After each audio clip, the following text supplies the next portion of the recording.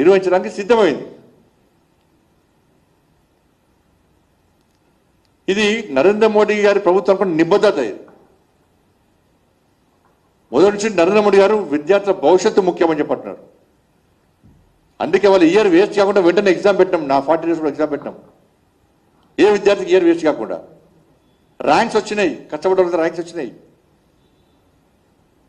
ఇంకో విషయం, 2014లో 2014 ముందు దేశంలో 51,000 ఎంబీబీఎస్ సీట్లు మాత్రమే ఉండే. 51,000 మాత్రమే ఎంబీబీఎస్ సీట్లు ఉండే.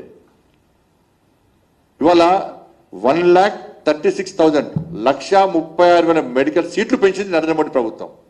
ఇది నిబద్ధత, మోడీ ప్రభుత్వం యొక్క నిబద్ధత. అంటే 166% పెంచినాం మేము. 2014 కంటే ముందు 51,000 మెడికల్ సీట్లు ఉంటే ఇవాళ 1,36,000 వరకు సీట్లు పెంచినాం. 166% పెంచినాం మనం. ఇలా మెడికల్ కాలేజీలు యూపీఏ హయాంలో 385 ఉంటే 80 కాలేజీలు ఉంటే యూపీఏ హయాంలో మెడికల్ కాలేజీలు, ఇవాళ 824 కాలేజీలు మెడికల్ కాలేజీలు నరేంద్ర మోడీ గారి ప్రభుత్వం ఏర్పడేసింది. ఇవాళ దీనికి కాంగ్రెస్ పార్టీ సమాజం చెప్పండి, మీకుందా నిబద్ధత? మాకుందా?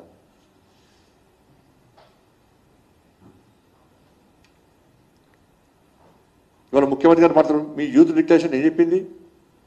మీ యూత్ డిక్లరేషను ఇంకో ఏమని, మొదటి ఏడాదిలోనే 2 లక్షల ప్రభుత్వ ఉద్యోగాలు భర్తీ, మొదటి ఏడాదిలోనే SC ST BC minority backlog పోస్టుల భర్తీ, ప్రతి ఏడాది జూన్ 2 నాటికి అన్ని శాఖల ఖాళీలతో జాబ్ క్యాలెండర్ ప్రకటించి సెప్టెంబర్ 17 లోపు నియామకాల పూర్తి, నిరుద్యోగ యువతకు ఉద్యోగ ఉపాధి అవకాశం కల్పించే వరకు ప్రతి నెల 4,000 నిరుద్యోగ భృతి, ప్రత్యేక చట్టంతో టీఎస్పీఎస్సీ ప్రక్షాళన చేసి యూపీఎస్సీ తరాల్లో పునరుద్ధరణ, నిరుద్యోగ నిర్మూలన. ఇవన్నీ యూత్ డిక్లరేషన్ అన్నారు. ఇది రాహుల్ గాంధీ గారు ప్రియాంక గాంధీ గారు వచ్చి ప్రకటించారు. ఇవాళ ఏమైంది నీ యూత్ డిక్లరేషన్? రాష్ట్ర ముఖ్యమంత్రి గారు చెప్పాలి. నీ యూత్ డిక్లరేషన్ అమలు చేస్తే ఇవాళ తెలంగాణలో ఇలా యువత నిరుద్యోగ రహిత రాష్ట్రంగా ఉండేది. నువ్వు అనుకున్న నిరుద్యోగ రహిత రాష్ట్రంగా ఉండేది.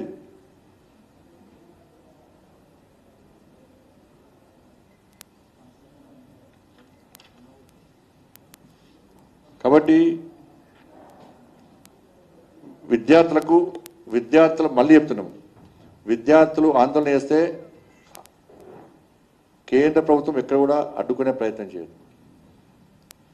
ఇలా విద్యార్థుల ముసుగులో కొంతమంది అరాచక శక్తులు జోరి నేను మళ్ళీ చెప్తున్నా, ఏ మెడికల్ డాక్టర్ కావాలనుకున్న విద్యార్థి చేతిలో కర్రలు ఉండయి, రాడ్లు ఉండయి, రాళ్ళు ఉండయి, మారణ ఆయుధాలు ఉండయి. ఇలా విద్యార్థుల తల్లిదండ్రులు భయపడుతున్నారు, బాధపడుతున్నారు. ఈ సంఘ విద్రోహ శక్తులు ఏంటంటే చాణక్యుని సూక్తి గుర్తొస్తుంది.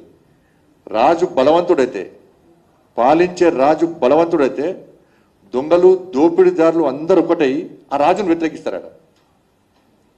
ఇవాళ నరేంద్ర మోడీ గారు ఒక బలవంతమైనటువంటి ఒక ప్రధానమంత్రి, ప్రపంచ దేశాలన్నీ కూడా ఒక గొప్ప వ్యక్తిగా గౌరవింపబడుతున్నారు నరేంద్ర మోడీ గారు. కాబట్టి విపక్షాల పేరుతోని, ఇండియా అలయన్స్ పేరుతోని కమ్యూనిస్టులు వీళ్ళంతా కలిసి ఈ దేశంలో అలజడి సృష్టించి దేశ విభజనకు దారితీసే విధంగా, హిందూ సమాజానికి వ్యతిరేకంగా, సనాతన ధర్మానికి వ్యతిరేకంగా వ్యాఖ్యలు చేస్తూ అలజడి సృష్టించే ప్రయత్నం చేస్తున్నారు. కాబట్టి అందరికీ అప్పీల్ చేస్తున్నాం, నరేంద్ర మోడీ గారి ప్రభుత్వం విద్యార్థుల భవిష్యత్తు పట్ల మంచి ఆలోచన ఉంది కాబట్టి తిరిగి 40 రోజులు నీట్ నిర్వహించడం, ఫలితాలు ప్రకటించడం.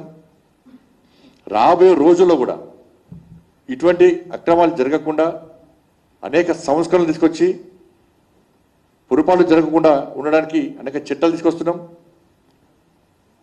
కాబట్టి దీనికి ఈ ప్రతిపక్ష పార్టీలో ఆ పార్టీలో వాళ్ళ వలలో పడకుండా, అరాచక శక్తుల యొక్క ట్రాప్లో పడకుండా, సోషల్ మీడియాలో వస్తున్న వదంతులను నమ్మకుండా మీ భవిష్యత్తును కాపాడుకోవాలని చెప్పి, మీ బంగారు భవిష్యత్తును కాపాడుకోవాలని చెప్పి మనస్ఫూర్తిగా ఈ వేదిక